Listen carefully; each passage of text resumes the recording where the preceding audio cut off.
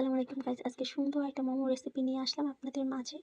তো ফার্স্টে আমি পেঁয়াজ, মরিচ, মাছ, চিকেন সবকিছু কেটে রাখলাম। তারপর তেলের মধ্যে আস্তে আস্তে পেঁয়াজ সবকিছু দিয়ে সুন্দর করে নাড়াচাড়া করবো যতক্ষণ পর্যন্ত একটা সোনালি কালার, সুন্দর একটা কালার না আসে ততক্ষণ পর্যন্ত নাড়াচাড়া করতেই থাকবো।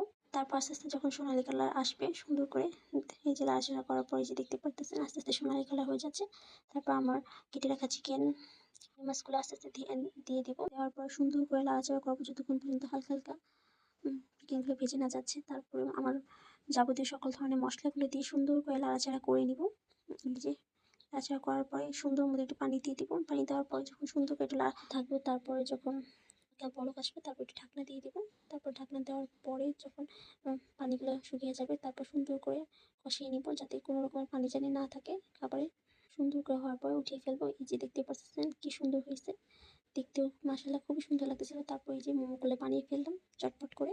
এই যে বাকিগুলো বাকি ছিল, এই যে আস্তে আস্তে বানাচ্ছিলাম। তারপর গরম পানিতে সুন্দর করে রাখা মোমোগুলো আস্তে আস্তে ঢেলে দিলাম। তারপর এই যে রেডি হয়ে গেল মজাদার মোমো।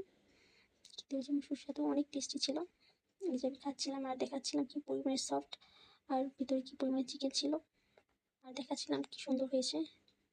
আর আজকে ওয়েদারটা কি সুন্দর ছিল, দেখতেই পারতেছেন আপনারা সবাই।